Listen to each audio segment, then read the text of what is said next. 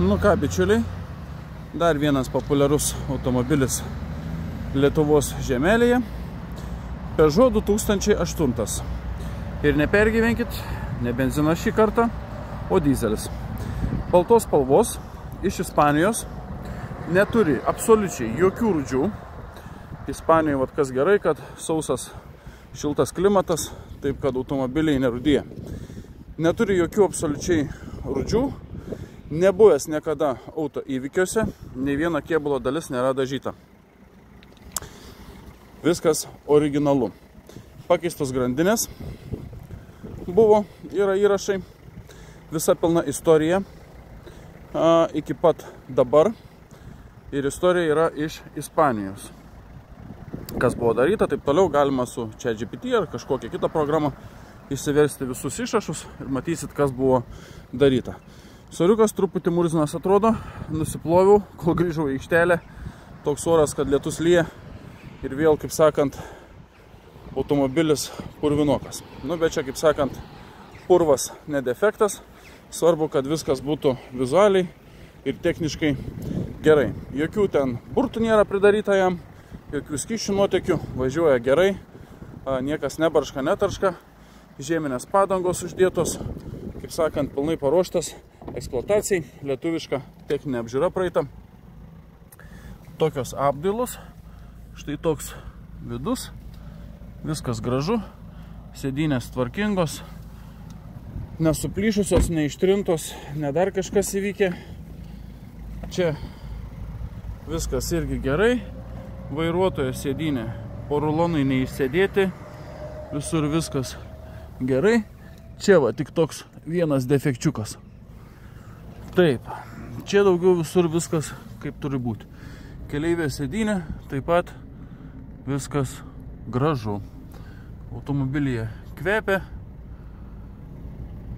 viskas, kaip sakant, savo vietoj.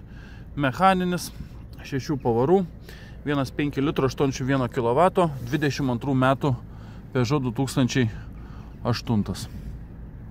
Įsėsiu, papasakosiu toliau. Turim multifunkcinį vairiuką, turim autopilotą, susidūrimo prevenciją turim, ženklų atpažinimą, linijų palaikymą, multimediją, kondicionierių valdymas. Taip pat čia daiktadėžės, podelių laikikliai, karbono imitacijos tokios va apdailos ir 245 000 ridos. Kaip sakiau, va, nuo pat pradžių yra visi aptarnavimai, kas jam buvo daryta. Čia va viskas surašyta ispanų kalba. Čia va kilometrai, kada prie ko buvo daryta. Antrą puslapiuką atsivertus, matot, paskutinis buvo šių metų birželio 20 dieną 233 000 kilometrų. Taip, kad su aiškia istorija, aiškiais kilometrais, nebuvęs daužtas.